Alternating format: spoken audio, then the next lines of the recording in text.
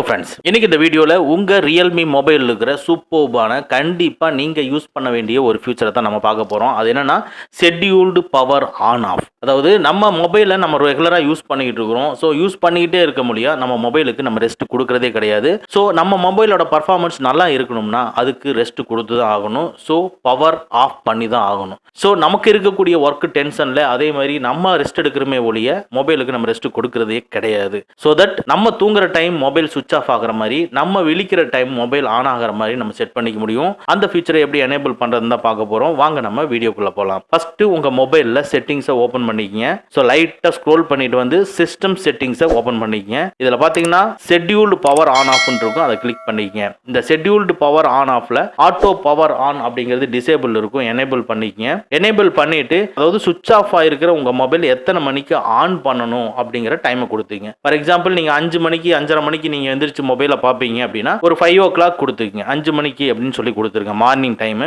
அடுத்தது எத்தனை மணிக்கு நைட்டு ஆஃப் ஆகணுங்கிறத ஆட்டோ பவர் ஆஃப்ல கொடுங்க, அதை எனேபிள் பண்ணிட்டு.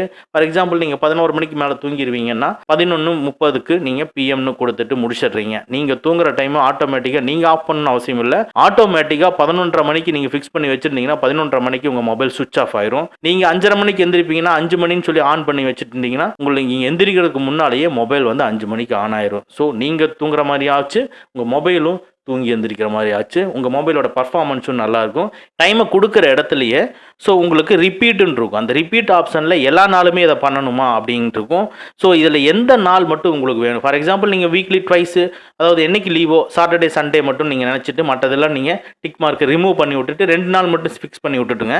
ஸோ இந்த 2 நாள் மட்டும் தான் மொபைல் ஷட் டவுன் ஆகி ஆன் ஆகும். ஸோ இந்த ஃபியூச்சர் ரொம்ப யூஸ்ஃபுல்லான ஃபியூச்சர். கண்டிப்பாக நீங்கள் புதுசாக ஒரு மொபைல் வாங்கியிருந்தீங்கன்னா இதை வந்து இப்போவே ரெகுலரைஸ் பண்ணுங்க, இந்த ஹேபிட்டை. உங்கள் மொபைலோட பர்ஃபார்மன்ஸ் நல்லா இருக்கும். ஓகே ஃப்ரெண்ட்ஸ், அவ்வளோதான். இந்த வீடியோ உங்களுக்கு பிடிச்சிருந்தனா லைக் பண்ணுங்க, உங்கள் நண்பர்களுக்கு மறக்காம ஷேர் பண்ணுங்க.